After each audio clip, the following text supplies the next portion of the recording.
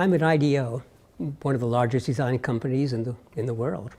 I'm with Tim Brown, the CEO of IDEO, and Tim has written this very interesting book, Change by Design, which includes, among other things, a big section on the importance of design thinking. So Tim, design thinking. One of the points you argue is that it doesn't just make you a better designer, it makes you better at anything. Tell us about that. I've always thought one of the wonderful things about being a designer is not just that I get to work on lots of exciting projects, but it helps me in my life, right? So when it's something as simple as I'm going to throw a dinner party for some friends, so I start, instead of just turning up at 7 o'clock and thinking about what I'm going to make, I actually design that. I try and design that experience. I think, well, who am I going to bring together, and what's the space going to be like, and how does the food and the space work together? All of these things that I naturally think about as a designer. And I think that's what design thinking does for you. It's a set of tools that allows you to approach life, particularly the parts of life where it might be advantageous to solve a problem differently. It allows you to approach that with some level of kind of confidence because you've got some ways of going about it. And we're taught at school many ways of analyzing problems, of picking them apart and studying little pieces of them. That's very valuable.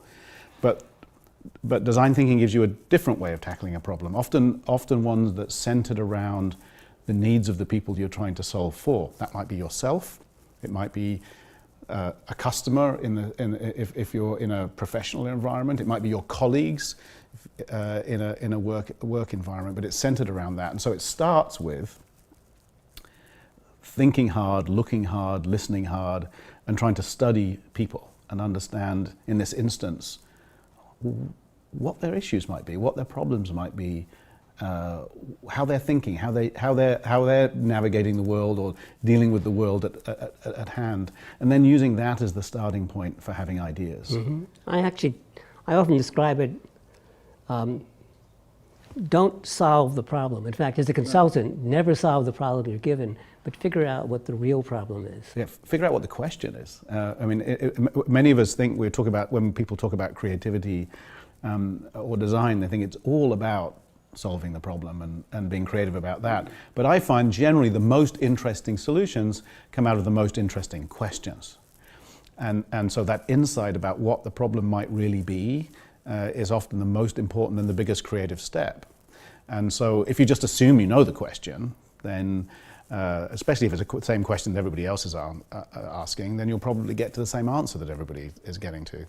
But if you study a little bit and think a little bit and maybe look at things from a slightly different perspective, really get under the skin of the people that you're trying to serve, it's surprising how often you end up completely reframing the question. And so, as you point out, this could be used by anybody, a business person, an artist, a journalist, anybody. You can think about how you use it. One of the things I talk about in my book is ways of applying design thinking to your own life. Think about your career. How can I apply a design thinking approach to my career, to the choices I make, or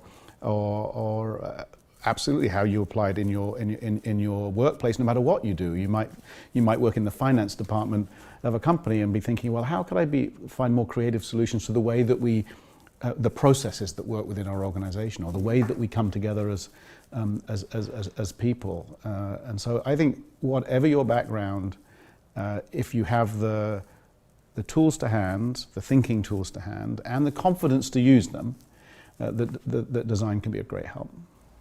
Thank you.